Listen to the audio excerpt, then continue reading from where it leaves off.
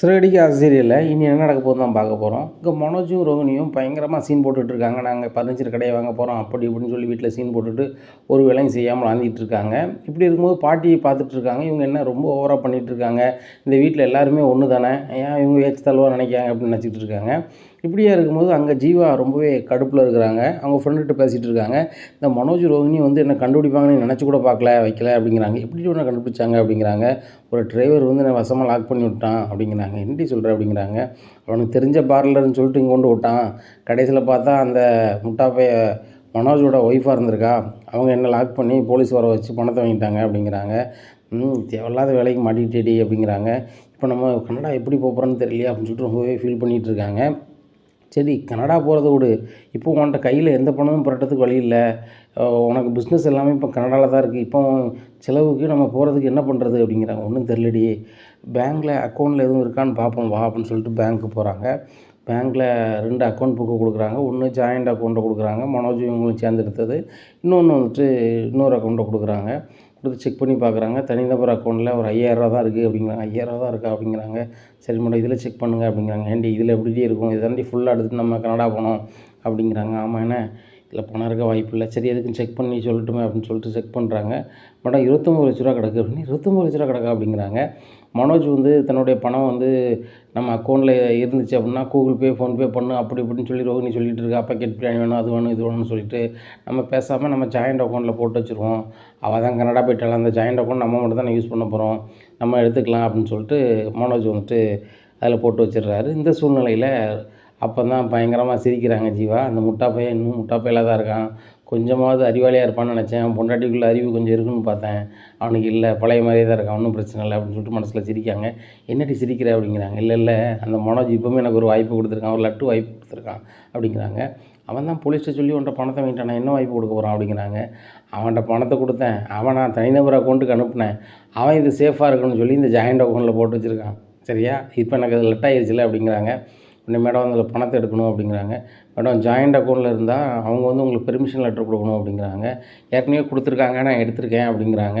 இல்லை மேடம் அந்த லெட்டரை எனக்கு காமிச்சா தான் தர முடியும், இல்லைனா தர முடியாது அப்படிங்கிறாங்க. உடனே ஜீவான்னு நினைக்கிறாங்க, எங்கே அந்த லெட்டர் வச்சுன்னு தெரியலையே அப்படின்னு சொல்லிட்டு அவங்க ஃப்ரெண்ட்டை கேட்குறாங்க. அந்த லெட்டரை என்னடி செஞ்சேன் அப்படிங்கிறாங்க. நம்ம கனடா போகிற அவசரத்தில் எங்கே வச்சோம்னு தெரில, வா தேடி பார்ப்போம் அப்படின்னு சொல்லிட்டு ரொம்ப புறம் தேடி பார்க்குறாங்க, கிடைக்கல. அதனால் ரொம்ப நொந்து போயிடுச்சா என்னதான் செய்யன்னு தெரில அப்படின்னு சொல்லிட்டு ஒரு பெட்டி மேலே கை வைக்கிறாங்க. அந்த பெட்டியை கை வச்சுட்டு ரொம்ப ஃபீல் பண்ணிகிட்ருக்காங்க.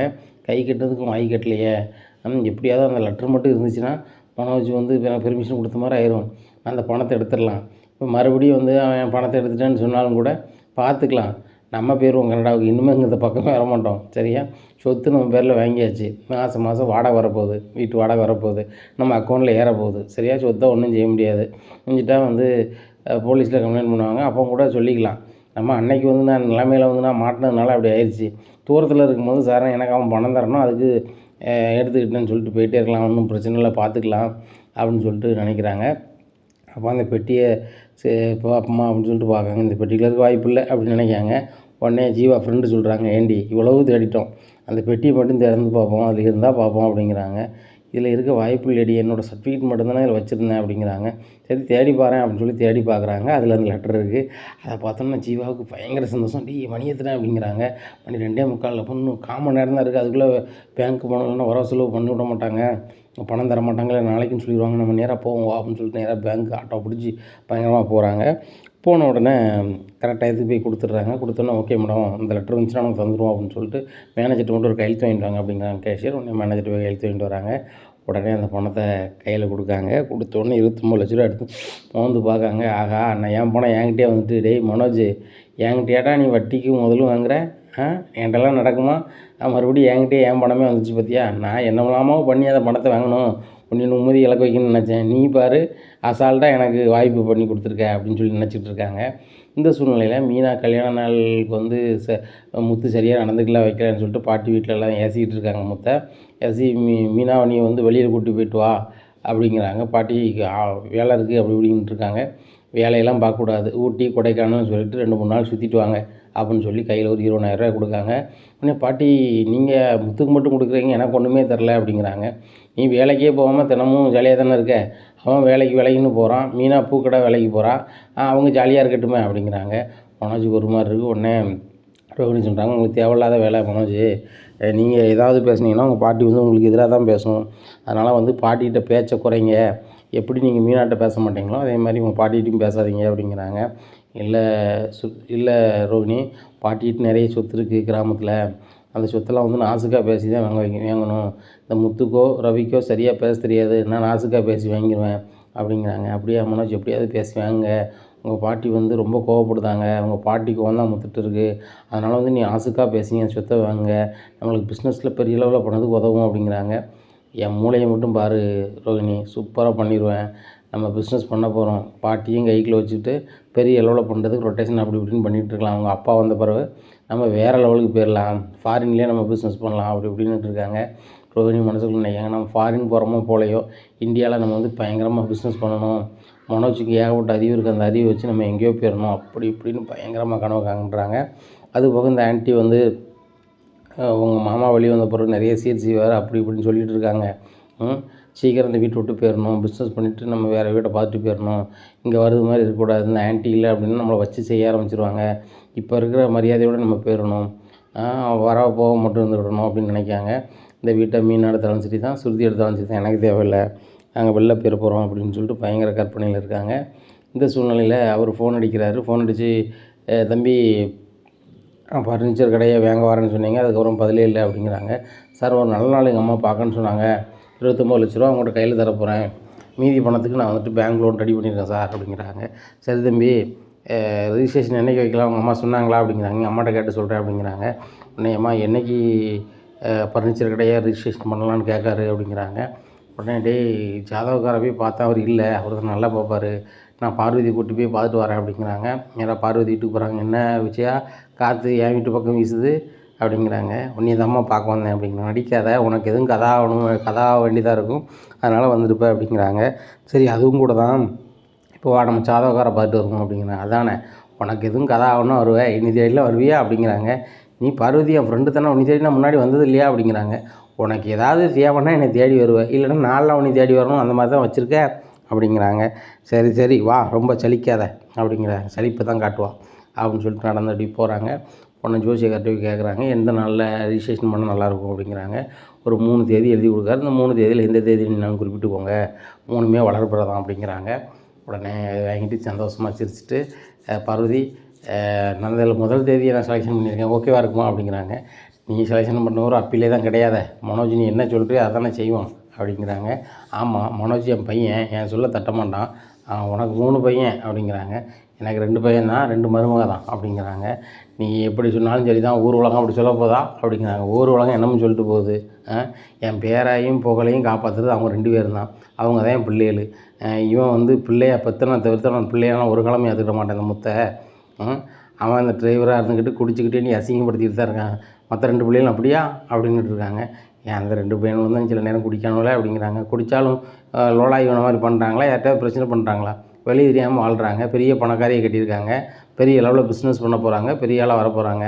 நான் இவனை மாதிரி 10க்கும் 20க்கும் கார் ஓட்டிகிட்டு கிடக்காங்களா, இல்லை பூக்காரி மாதிரி கடனுக்கு பூ வச்சுட்டு கிடக்காங்களா அப்படிங்கிறாங்க.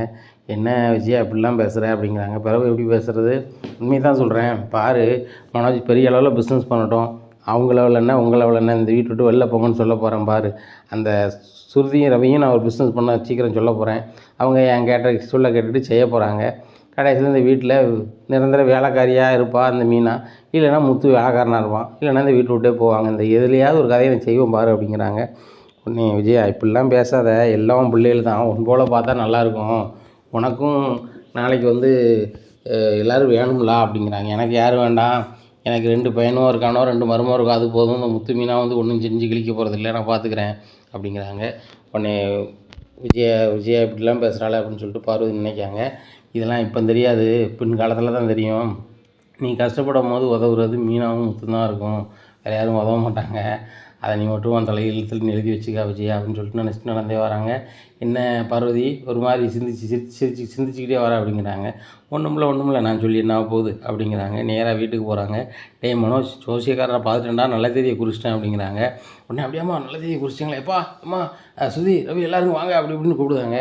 உடனே என்ன அலப்பறை பண்ணிகிட்டு இருக்கான் அப்படின்னு சொல்லிட்டு முத்து வராரு, மீனாவும் வராங்க. பாட்டி என்னமோ படம் போட பாருங்க அப்படிங்கிறாங்க. டேய் நான் ஏன்டா படம் போடணும்? பாட்டி நான் வந்து ஸ்வீட்டில் இருக்கேன் வீட்டில் இருக்கேன்னு சொல்லிட்டு முத்து சொன்னால் எல்லோரும் சொல்லிக்கிட்டு இருக்காங்கல்ல. இப்போ பாருங்கள் நான் பெரிய பிஸ்னஸ் பண்ண போகிறேன். அந்த கடையை நான் ரிஜிஸ்ட்ரேஷன் பண்ண போகிறேன். அம்மா கொடுக்குற டேட்டில். அம்மா எந்த டேட்டில் பண்ணணும் அப்படிங்கிறாங்க. டேய் 3 தேதியுமே நல்ல தேதியாக தான் இருக்குது. நீ ஏன் லேட் பண்ணணும்? முதல் தேதியே பண்ணு, பயங்கரமாக பண்ணு, நீ ஜெயிச்சு வாடா அப்படிங்கிறாங்க. உடனே ரோகிணி ரொம்ப தோரணையாக மீனாவை பார்க்குறாங்க. இந்த சூழ்நிலை அக்கௌண்ட்டில் பணமே இல்லை, 0 பேலன்ஸ் தான் இருக்குன்னே தெரியாமல் மனோஜ் பயங்கர சவடால் விட்டுட்டுருக்காரு. உடனே நேராக அவருக்கு ஃபோன் அடிக்கார், ஃபர்னிச்சர் கடை ஓனருக்கு ஃபோன் அடித்து, சார் வந்து எங்களுக்கு வந்துட்டு 23ஆந்தேதி வந்து நல்ல தேதியாக தெரியுது, 23ஆந்தேதி ரிஜிஸ்ட்ரேஷன் பண்ணிடுவோம் சார் அப்படிங்கிறாங்க. 23ஆந்தேதியா? சரி ரைட்டு ஓகே, ஒன்றும் பிரச்சனை கிடையாது அப்படின்னு சொல்கிறாங்க. இந்த சூழ்நிலையில் அவரும் சரி ரைட்டு நம்ம 23ஆந்தேதி எடுத்துட்டு நம்ம பாட்டில் அமெரிக்காவை பார்த்து போயிட வேண்டியதான் அப்படின்னு நினைக்காரு. இங்கே அங்கே ஜீவா பணத்தை எல்லாம் எடுத்துகிட்டு சரி ரைட்டு இன்னும் நம்மளுக்கு இந்தியாவில் இருந்தால் சரி இருக்காது, நம்ம கனடாவை பார்த்து போவோம்னு சொல்லிட்டு அவங்க கனடா கிளம்பி போயிடுறாங்க. இன்னும் போகும்போதே சொல்கிறாங்க, இந்த மனோஜ் வந்து இன்னும் முட்டாளாக தான் இருக்கான் பார்த்தியா அப்படின்னு சொல்லி அவங்க ஃப்ரெண்டு பேசிட்டே போகிறாங்க. ஆமாடி அந்த ஜாயண்ட் அக்கௌண்ட்லேயே மறுபடியும் போட்டு வைப்பான், வேறு ஏதாவது அக்கௌண்ட்டில் போட்டு வைக்கலாம்ல அப்படிங்கிறாங்க. உடனே ஜீவா சொல்கிறாங்க, அவனுக்கு வேறு அக்கௌண்ட்டு கிடையாது, அவன் பேரில் ஒரு அக்கௌண்ட் இருக்குது, இன்னொரு ஜாயிண்ட் அக்கௌண்ட்டு தான், அவன் வேறு அக்கௌண்ட் ஓப்பன் பண்ணல. ஏன்னா இன்னொரு 1000 ரூபா இதுக்கு வேஸ்ட்டாக போகணும் அப்படின்னு நினைப்பான். பணத்தை விஷயத்தில் ரொம்ப கராராக இருப்பான். அடுத்தவங்க பணத்தை தான் சாப்பிடணும்னு நினைப்பான், தான் பணத்தை வந்து வீணாயிடக்கூடாதுன்னு நினைப்பான். அவன் எப்போவுமே அப்படி தான். என்னை லவ் பண்ணும்போது கூட 5 பைசா செலவு பண்ண மாட்டான். அவங்க வீட்டிலேருந்து ஒரு 100 ரூபா 200 எடுத்து வந்திருப்பான். அந்த 100 200 அப்படியே பையில் வச்சுருப்பானே தவிர்த்து அவன் எதுந்துங்கன்னா அதுமான் எனக்கு ஒரு டீ கூட வாங்கி தர மாட்டான். இப்பேற்பட்டவன் நம்மளுக்கு தேவையில்லை அப்படின்னு சொல்லிட்டு அவனை கலத்தியே விட்டே தான் உள்ளது. அவங்க கூட இருந்தோம்னா மன நிம்மதியும் போயிருக்கும். நான் இப்போ தனியாக இருக்கேன், சுதந்திரமாக இருக்கேன். நான் இப்படி ஆனதுக்கு காரணமும் அவன் தான். அவன் சுயநலமாகவே இருப்பான். அவனை மாதிரி நம்ம இருந்தால் தான் நம்ம பிழைக்க முடியும்னு சொல்லிட்டு தான் நான் இப்படி ஆகிட்டேன். இல்லைனா வந்து நான் நல்ல ஒரு நார்மல் வாழ்க்கையை வாழ்ந்துருப்பேன் அப்படிங்கிறாங்க. சரி ரைட்டு விடு, அவனை வச்சு நம்ம கனடா வந்துட்டோம், நல்லா சம்பாதிச்சிட்டோம், மறுபடியும் கனடா வர்றதுக்கு அவனே காரணமாயிட்டான் அப்படிங்கிறாங்க. அது உண்மை தான். நம்ம பிஸ்னஸ் அங்கே இடையில விட்டுட்டு போயிட்டோம். அங்கே வந்து அவன்கிட்ட கொடுத்த பணத்தை கொடுத்ததுனால வந்துட்டு அங்கேயே இருக்க வேண்டிய சூழ்நிலை வந்திருக்குமோன்னு நினச்சேன்.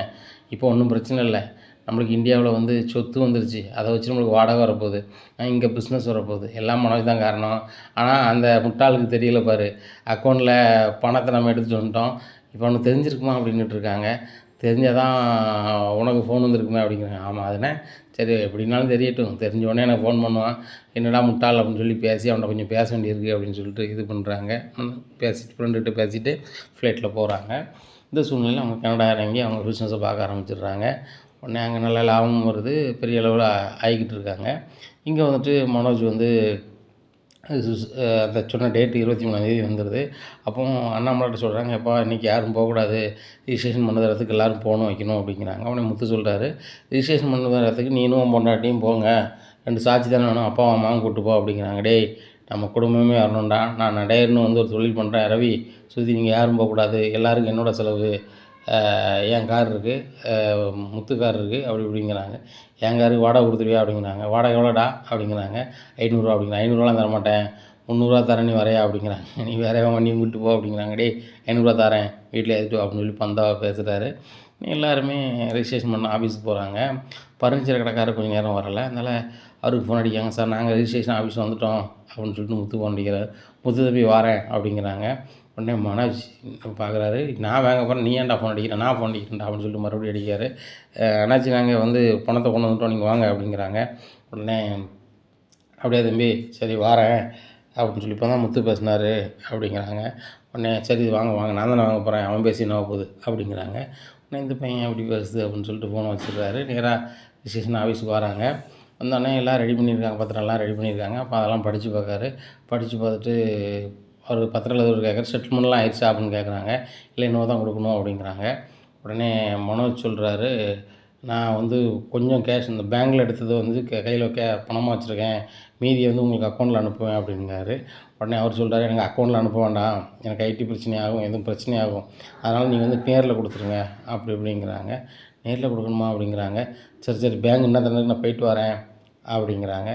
உடனே சரி ரைட்டு போயிட்டு வாங்க அப்படிங்கிறாங்க. உடனே ரோகிணியும் மனோஜ் வந்து காரில் போகிறாங்க. உடனே முத்து சொல்கிறாரு, எப்போ இது முதல்ல எடுத்து இவன் தயாராக வச்சுருக்கலாம்ல அப்படிங்கிறாங்க. சரி அவன் தான் ஆர்வ கோளாறில் இருக்கானு தெரியுமாடா விடு அப்படிங்கிறாங்க. உடனே ரொம்ப நேரம் ஆகுது, பேங்க்லேருந்து வரவே இல்லை. அப்போ பேங்க்கில் கூட்டமாக இருக்குது. அப்போ மனோஜ் வந்து வரிசையில் நிற்காரு. அப்போ வந்து என்னடா என்ன இவ்வளோ நேரம் ஆச்சு அப்படிங்கிறாங்க. இல்லை பேங்க்கில் பணம் எடுக்க வந்து ஏகப்பட்ட கூட்டம், அதான் வரிசையில் நிற்கும். மேனேஜர்கிட்ட போய் பேசினேன் ஒரு அர்ஜென்ட்னு சொல்லிட்டு, சார் உங்களை மாதிரி தான் எல்லோரும் சொல்கிறாங்க, அதனால் லைனில் நில்லுங்க அப்படின்னு சொல்லிட்டாங்க அப்படிங்கிறாங்க. உடனே முத்து சொல்கிறார், சார் கொஞ்சம் பணம் எடுக்க நேரம் ஆகுதான் அப்படிங்கிறாங்க. ஒன்றும் இல்லை தம்பி, நான் வெயிட் பண்ணுறேன் அப்படின்னு சொல்லிட்டு அவர் கார்லேயே உட்காந்துட்ருக்காரு. உடனே முத்து கூல் ட்ரிங்க்ஸ் எதுன்னு வாங்கி கொடுக்குறாங்க. தம்பி பரவாயில்ல, உங்கள் அண்ணன் ஏதோ தொழில் பண்ண போகிறாரு, நீங்கள் வந்து அவர் நல்லா இருக்குன்னு நினைக்கிங்களா அப்படிங்கிறாங்க.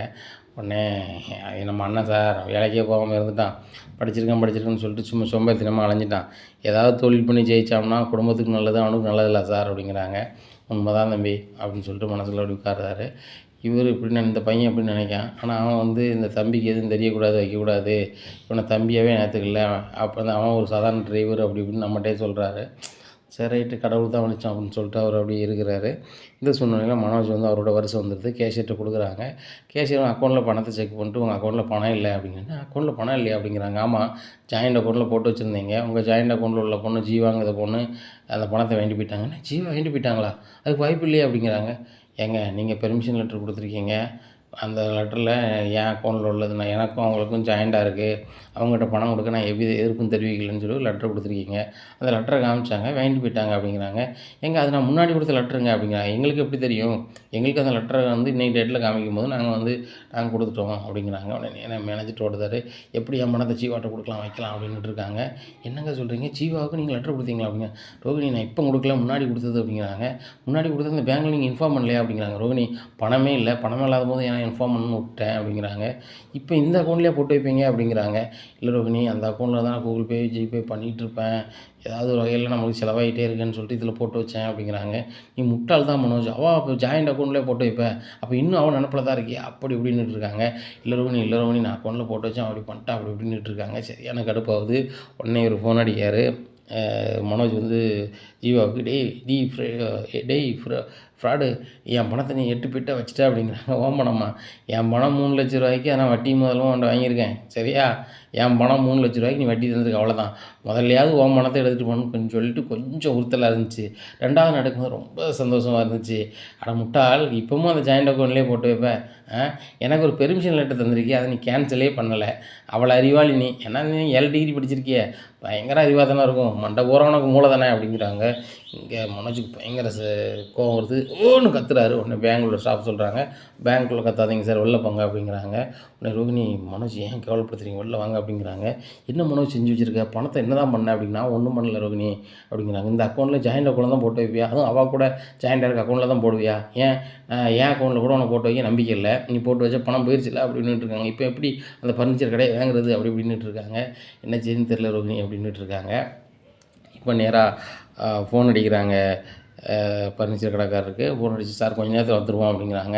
அவன் வந்து சரி தம்பி வெயிட் பண்ணுறேன் அப்படிங்கிறாங்க. உடனே ரோகிணி கேட்குறாங்க, கொஞ்சம் நேரத்தில் எப்படி நீங்கள் பணத்தோடு போவீங்க சொல்லு அப்படி இப்படிங்கிறாங்க. இல்லை நம்ம பேங்க்கில் லோன் கொஞ்சம் போட்டு வச்சுருக்கோம்ல, அதை கொடுப்போம், அக்கௌண்ட்டில் கொஞ்சம் மாறிடும் அப்படி இப்படின்னு சொல்லிவிட்டு நம்ம இது பண்ணுவோம், ரிஜிஸ்ட்ரேஷன் ஆன பிறகு நம்ம கடன் ஆயிரும், அவர்கிட்ட பேசிக்கலாம் அதுக்கப்புறம் அப்படிங்கிறாங்க. அதுக்கு அவர் எப்படி சம்மதிப்பார் அப்படிங்கிறாங்க. இல்லை நம்ம பேசிக்கலாம் அப்படிங்கிறாங்க. நேராக போகிறாங்க. போனோடனே சார் வந்து அக்கௌண்ட்டில் கொஞ்சம் பணம் வர்றது கொஞ்சம் இதாகுது, கொஞ்சம் நேரம் ஆகுமா, மேனேஜரே ஒரு ஆள் அனுப்பி கொடுத்து விடுதுன்னு இருக்காரு அப்படிங்கிறாங்க. முதல்ல நம்ம ரிஜிஸ்ட்ரேஷன் முடிச்சிடுவோம் அப்படிங்கிறாங்க. தம்பி அது சரி வராது, உங்கள் தம்பின்னு சொல்லுங்கள், நான் ரிஜிஸ்ட்ரேஷன் பண்ணிட்டு பேசுவேன்.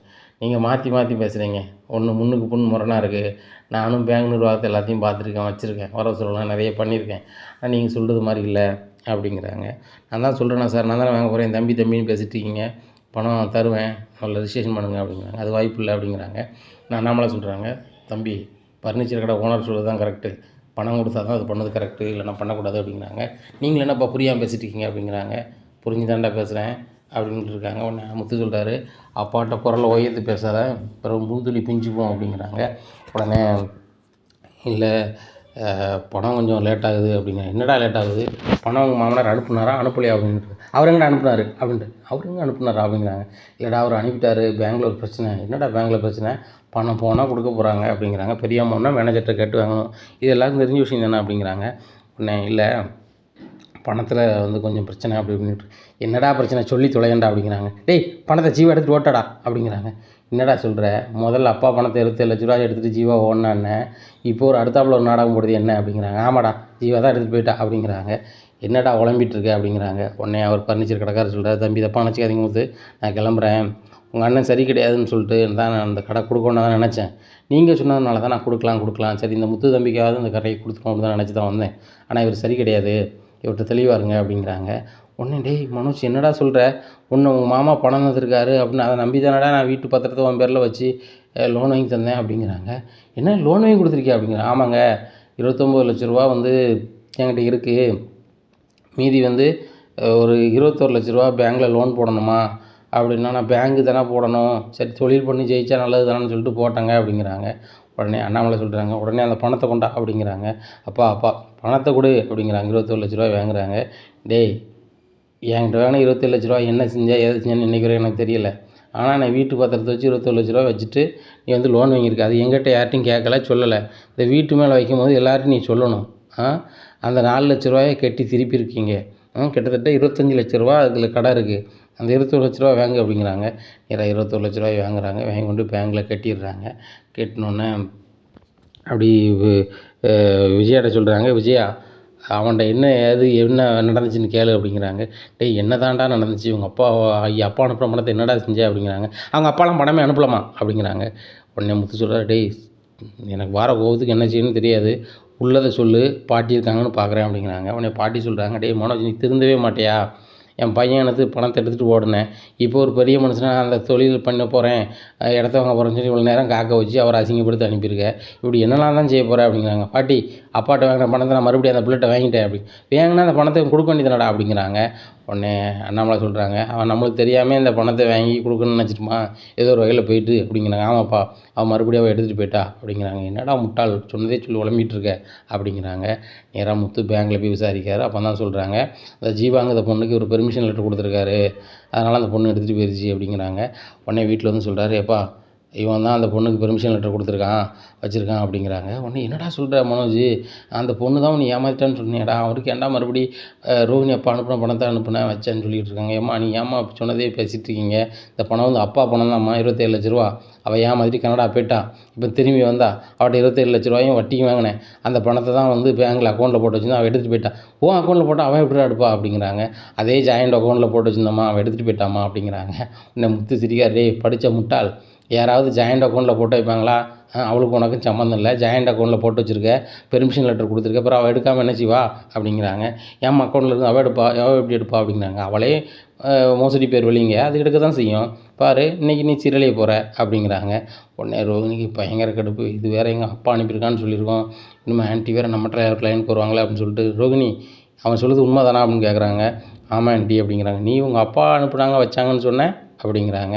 உடனே மீனா கேட்குறாங்க, ரோஹிணி நீங்கள் பெரிய அளவில் பிஸ்னஸ் பண்ண போகிறேன், எங்கள் விஷயத்தில் தலையிடாதங்க, அப்படி ஆகுதுங்க இப்படி ஆகுதுன்னு சொன்னீங்க, இப்போ என் வீட்டுக்காரர் தலையிடறதுக்கு 100% உரிமை இருக்கா இல்லையா அப்படிங்கிறாங்க.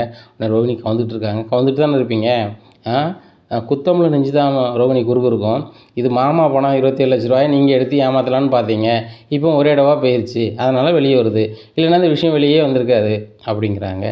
ரோஹிணியால் ஒரு பதிலும் பேச முடியல. உடனே ரோஹிணி ரூமுக்கு வா அப்படின்னு சொல்லிட்டு கூப்பிட்றாங்க விஜயா.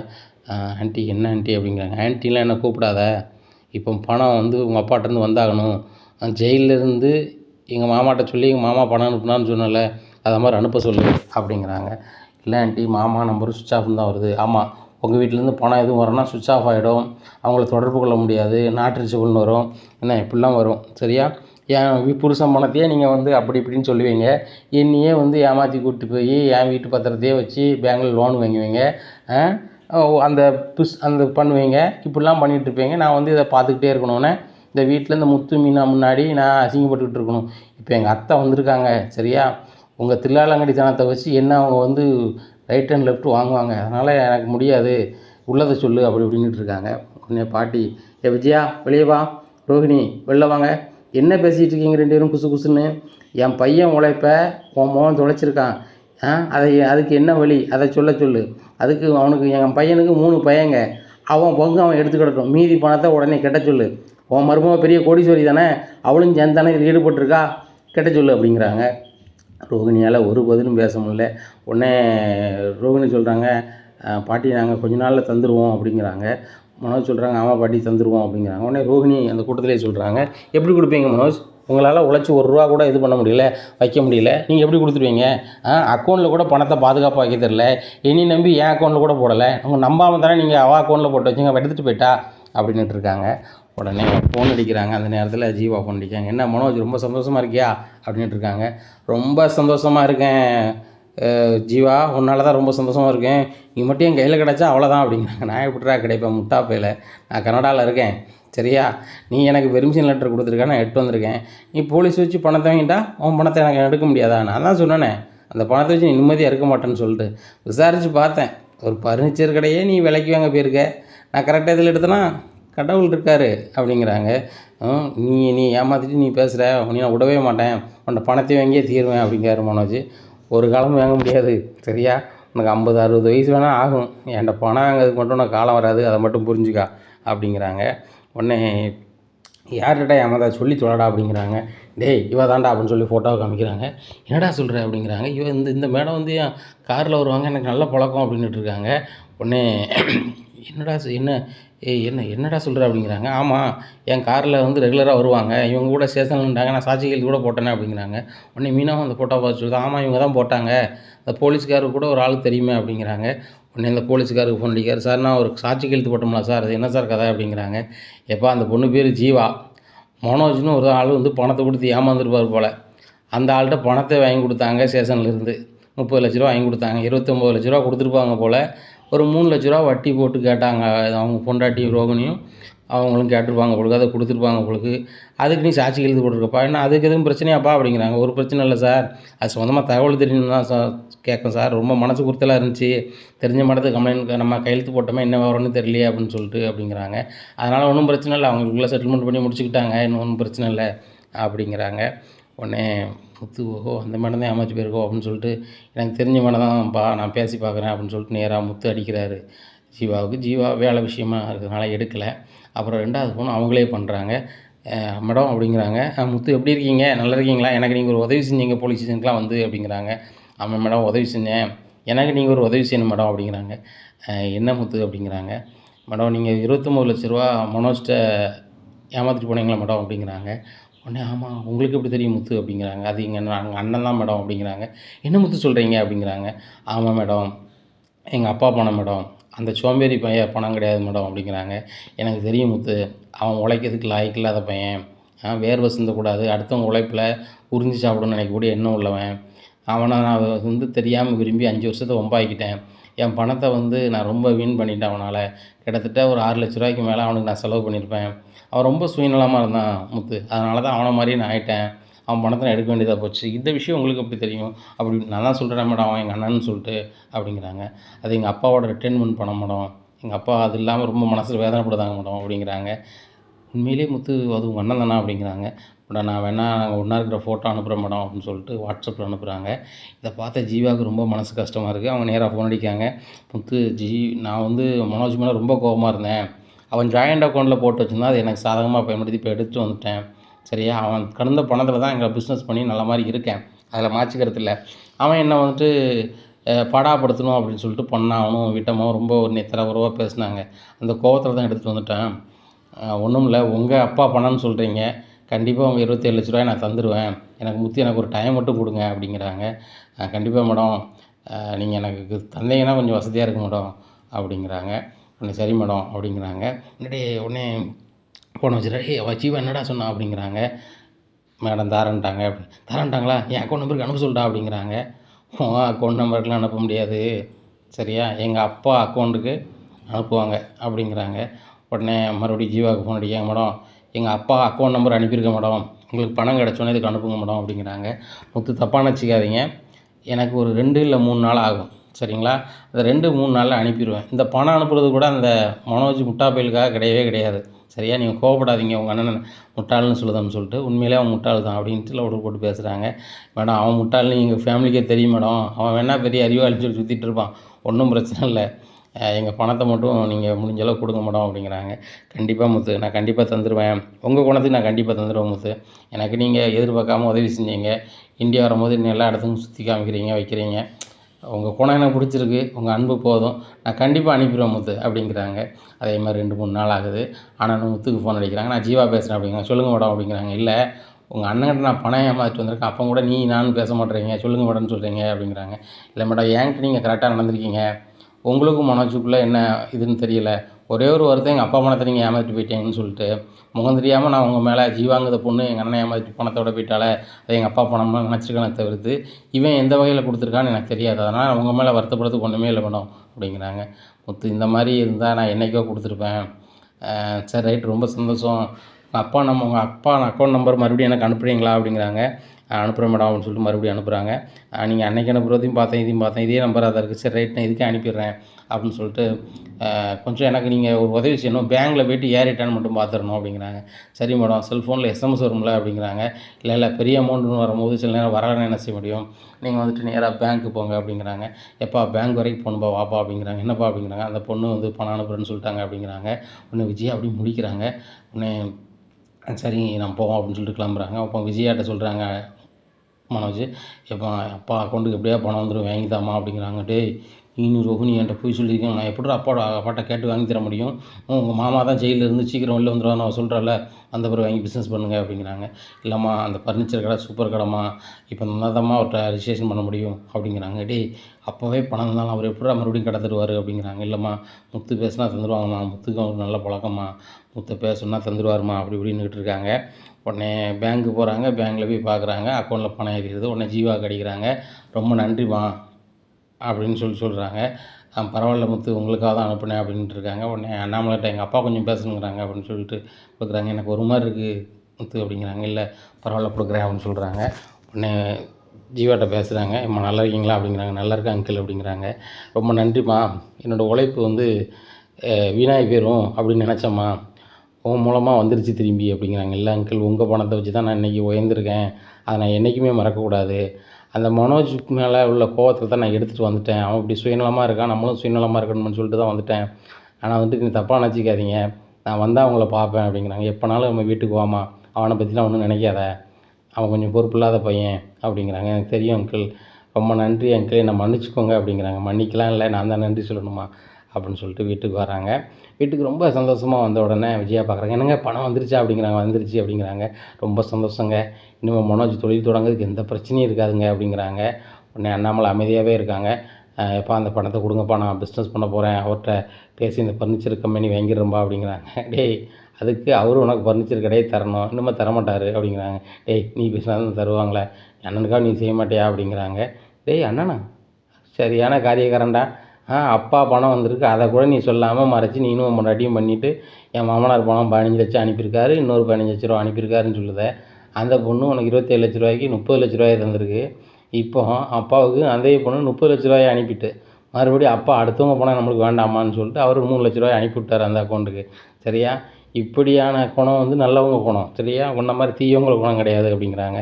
எப்பா இந்த முத்து வந்து நான் பிஸ்னஸ் பண்ணக்கூடாது, வைக்கக்கூடாது ஏதாவது நினைப்பில் என்கிட்ட தரக்கூடாதுன்னு சொல்லியிருப்பான்பா, அதனால் நீங்கள் பணத்தை தாங்கப்பா அப்படிங்கிறாங்க. உடனே அண்ணாமலை சொல்கிறாங்க, உன்னையும் மாதிரி குணம் அதுக்கு அவன் கிடையாது, நீ வந்து ஏன் உழைப்பு பணத்தையே மறைச்சி உங்கள் மாமனார் பண்ணணும்னு சொன்னேன். அவன் வந்து என்கிட்ட பணத்தை வாங்கி தரேன் தான் நினச்சானே தவிர்த்து உனக்கு கொடுக்கக்கூடாது வைக்கக்கூடாதுன்னு அவன் ஒரு வார்த்தை கூட சொல்லலை. பணத்தை எப்படியாவது எங்கள் அப்பா உழைப்பிச்ச பணத்தை வாங்கிடணும், எங்கள் அப்பா மனசில் சந்தோஷத்தை பார்த்துடணும் அப்படின்னு தான் வாங்கியிருக்கான். அந்த நிமிஷத்தில் தான் அப்படி தான் செஞ்சுருக்கான். இந்த பணம் வந்து முத்தால் தான் வந்திருக்கு. நியாயம் எப்படி இந்த பணம் முத்துக்கிட்ட தான் போகணும், திரும்பவும் முத்தால் தான் கிடச்சிருக்கு. அது அப்படி இருக்கும்போது உனக்கு எப்படி தர முடியும் அப்படிங்கிறாங்க. அப்பா முத்துக்கோ இல்லை நீங்கள் பங்கு வச்சு கொடுத்தீங்கன்னா எனக்கு தொழில் பண்ணதுக்கு ஆகாதுப்பா அப்படிங்கிறாங்க. உடனே ரோஹினி சொல்கிறாங்க, அங்கிள் தப்பாக நினச்சிக்காதீங்க, எங்கள் அப்பா ஃபாரினில் இருக்கிறாங்க, பெரிய பணக்காரங்களாக இருக்கிறாங்க, அது பக்கம் அவங்க ஜெயிலில் இருக்கிறனால தான் எங்களால் பரட்ட முடியல, உங்களுக்கு நாங்கள் எவ்வளோ அந்த பணம்னாலும் இதுக்கு தந்துடுவோம், வட்டி முதல்னாலும் தந்துடுவோம் அப்படி இப்படின்னு பயங்கர சீன் போடுறாங்க. உடனே ரோஹினிட்ட சொல்கிறாங்க, ரோஹினி தப்பாக நினச்சிக்காதீம்மா, என் பசங்க எல்லாருமே சுய உழைப்பில் தான் வாழ்கிறாங்க, இந்த மனோஜை தவிர. ரவியாக இருக்கட்டும், முத்தாக இருக்கட்டும், இவன் மட்டும்தான் வந்து மாமனார்ட்ட பணம் வாங்கி செய்யணுங்கிறான், அப்பாட்ட பணம் வாங்கி பிஸ்னஸ் பண்ணுவாங்கிறான். என்ன உழைப்பில் முன்னேறாமல் யாருமே ஜெயிக்க முடியாது. என்ன தன்னை வருத்திக்கிட்டால் மட்டும்தான் வந்து உயர்வு அடைய முடியும். இவன் தன்னை வருத்திக்கிடாமல் சுயநலமாக இருந்தால் ஜெயிக்க முடியாதுமா. இவங்ககிட்ட அந்த பணத்தை ஏமாத்தின பொண்ணு கூட மன வருத்தத்தில் தான் சொல்லுது. இவன் வந்து சுயநலத்தில் இருந்தனால நானும் சுயநலமாக இருக்க வேண்டியதாக போச்சுன்னு ஒரு வார்த்தையை சொல்லுது. ரொம்ப மனசு கஷ்டமாக இருக்குது. இப்படிலாம் யாரும் இருக்கக்கூடாது. பிரித்தொருவர் நல்லா இருக்கணும் அப்படின்னு நினச்சா நம்ம நல்லா இருப்போம். பாரு முத்து வந்து அந்த பொண்ணுக்கு ஒரு சிறிய உதவி செஞ்சுருக்காங்க. அந்த உதவியை நினச்சி அந்த பொண்ணு வந்து கனடாலேருந்து பணத்தை நம்மளுக்கு அனுப்புது. நம்ம கஷ்டப்பட்டா தான் கனடாலேருந்து பணத்தை அந்த பொண்ணுகிட்ட வாங்க முடியும். பாரு ஒரு ஃபோன் பண்ணதில் அந்த பொண்ணு 2 நாளில் பணத்தை போட்டு விடுதான்னு சொல்லிட்டு கரெக்டாக இதில் போட்டு விட்டுருச்சு. போட்டு விட்ட பிறகும் ஏறிட்டான்னு பாருங்கள் அப்படின்னு சொல்லிட்டு இது பண்ணுது. அந்த 27,00,000 ரூபாய்க்கு 3,00,000 ரூபா நான் வச்சுருக்கேன் வட்டி மாதிரி கொடுத்துட்றேன்னு சொல்லிட்டு கொடுக்குது. இந்த பெருந்தன்மைலாம் வந்து ஒவ்வொரு ஆள் பண்புக்கு தான் வரும். சரியா? அதனால் வந்து இந்த பணம் வந்து உனக்கு தர முடியாது. நீ வந்து உன்னால் முடிஞ்சதை பாரு. அது போக உழைப்பு நீ எப்படி வேலை செஞ்சு சாப்பிடுவியோ சாப்பிட்டுக்க அப்படிங்கிறாங்க. எப்பா எப்பா எப்பா எப்பா அப்படிங்கிறாங்க.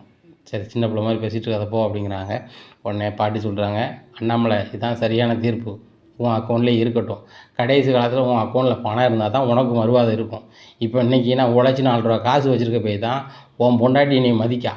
சொத்து பத்து இருக்க போய் தான் மதிக்கா. அதே மாதிரி உன் அக்கௌண்ட்டில் பணம் இருந்தால் தான் உன் பிள்ளைகளும் மதிக்கும். ரவியும் முத்து உன்னை பார்ப்பாங்க. ஆனால் மனோஜ் டைப்பில் இருந்தாலும் சரி தான், அவன் பொண்டாட்டி ரோகிணி டைப்பில் இருந்தாலும் சரி தான், வருங்காலங்களில் இவங்களே என்ன மாறிட்டாலும் கூட உன் அக்கௌண்ட்டில் பணம் இருந்தால் தான் பார்ப்பாங்க. வாரம் பேரம்பேத்திகளும் அப்படி தான் இருப்பாங்க அப்படிங்கிறாங்க. பாட்டி நானும் அப்படியா அப்படின்னு சொல்லி முத்து கேட்குறாரு. ஒன்றும் சொல்லலடா நீ தங்கம்லா மீனா தங்கம்லா அப்படிங்கிறாங்க. எங்கள் விஜயாவுக்கு சரியான கடுப்பாகுது. நீ ஏங்க மனோஜ் பிஸ்னஸ் பண்ணதாங்க பணம் கேட்குறான் கொடுங்க அப்படிங்கிறாங்க. இதே தான் நீ சொன்னேன். மீனாவை கல்யாணம் முடிச்சுட்டு நீ பணத்தை வாங்கிக்கானே பணத்தை தூக்கிட்டு ஓடுனா. இப்போ மறுபடியும் அதே பொண்ணுகிட்ட ஏமாந்துருக்கான். அந்த பொண்ணு முத்து மூலம் பழக்கம் இல்லை அப்படின்னா அந்த பணம் திருப்பி வந்திருக்காது. சரியா? இல்லைனா இந்த வீட்டு மானம் வந்து போலீஸ் ஸ்டேஷனுங்க அங்கே எங்கெங்கன்னு அலைஞ்சிருக்கணும். பாரு இவ்வளோ ஈஸியாகவும் முடிஞ்சிருக்காது. அதனால் வந்துட்டு அவனுக்கு பணம் கொடுக்க வாய்ப்பு இல்லை. அப்படி பணத்தை கொடுக்குறதா இருந்தாலும் நான் 3 பேருக்கும் பிரித்து தான் கொடுக்கணும். ஆனால் இன்றைக்கி மனோஜ் இருக்கிற நிலைமைக்கு நான் பிரிச்சும் கொடுக்க முடியாது அப்படிங்கிறாங்க. விஜயாவுக்கும் ரோகிணிக்கும் ரொம்ப கடுப்பாகுது. மனோஜ் வந்து சொல்கிறாரு, அப்போனா உங்களுக்கு பிறக்கலையாப்பா அப்படிங்கிறாங்க. எனக்கு அந்த சந்தேகம் இருக்குடா மனோஜ் அப்படிங்கிறாங்க. மனோஜால் ஒன்றுமே பேச முடியல. என்னங்க எப்படி பேசுகிறீங்க அப்படிங்கிறாங்க. பிறகு உண்மை தான், நான் வந்து இவ்வளோ நேர்மையாக இருந்த ஆள். அதுபோக என் பிள்ளைகளுக்கு வந்து சுய உழைப்பில் வாழணும், யார்கிட்டையும் 5 காசு வாங்கக்கூடாது வைக்கக்கூடாது அப்படின்னு சொல்லிகிட்டு இருந்தேன். இப்போ நீ உங்கள் அம்மா ரத்தத்தில் பேசிகிட்டு இருக்க, பிறகு நீ உங்கள் அம்மா பிள்ளை தானே அப்படின்ட்டு இருக்காங்க. உன்னை விஜயா சொல்கிறாங்க, ஏங்க நான் வந்து அவனை செல்லம் கொடுத்து வளர்த்துட்டேன், நல்லா படிச்சிருக்கான் நம்ம வீட்டிலே, அவன் தொழில் பண்ணி ஜெயிச்சா தானங்க நம்மளுக்கு பேர். அவன் வந்து பெரிய அளவில் பிஸ்னஸ் பண்ணாமல் படிக்காத இவங்க ரவி கம்மியாக படிச்சிருக்கான், முத்து சுத்தமாக படிக்கவே இல்லை.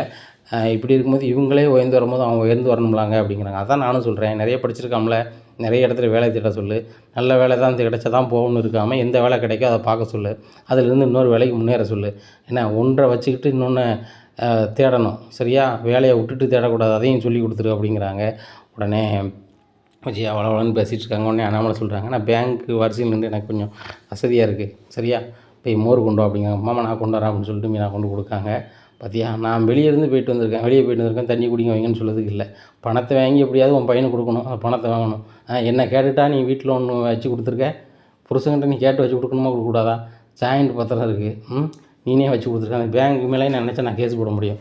சரியா? எப்படி இப்போ லோன் கொடுத்தாங்க வச்சாங்க அப்படின்ட்டு இருக்காங்க. இப்போ நான் தான் உங்கள் கையெழுத்து போட்டேன் அப்படின்னு சொல்லிட்டு மனோஜ் சொல்கிறாரு. டே இதுலேயும் நீ சீட்டிங் எதுலனாலும் நீ வந்து ஒரு உண்மையாக இல்லாமல் இருக்கும்போது தான் அந்த இது அப்படி ஆகுது. உண்மையிலே நீ கரெக்டாக இருந்ததுன்னா அவன் பணம் போயிருக்காது அப்படிங்கிறாங்க. இல்லைப்பா அந்த ஜீவா வந்து சரியான மோசடி பேருளிப்பா அப்படிங்கிறாங்க. அவளை கேட்டால் உன்னையும் சொல்கிறாங்க. சரியா? ஒருத்தருக்கு ஒருத்தர் முன்ன பின்னா சொல்கிறீங்க, அதெல்லாம் விட்டுரு. இன்னுமே சுயமாக உழைச்சி முன்னேற வழியை பாரு அப்படிங்கிறாங்க. உடனே முத்து சொல்கிறாரு, எங்கள் அப்பா பணம் எங்கள் அப்பாட்டே வந்துருச்சு. சரியா?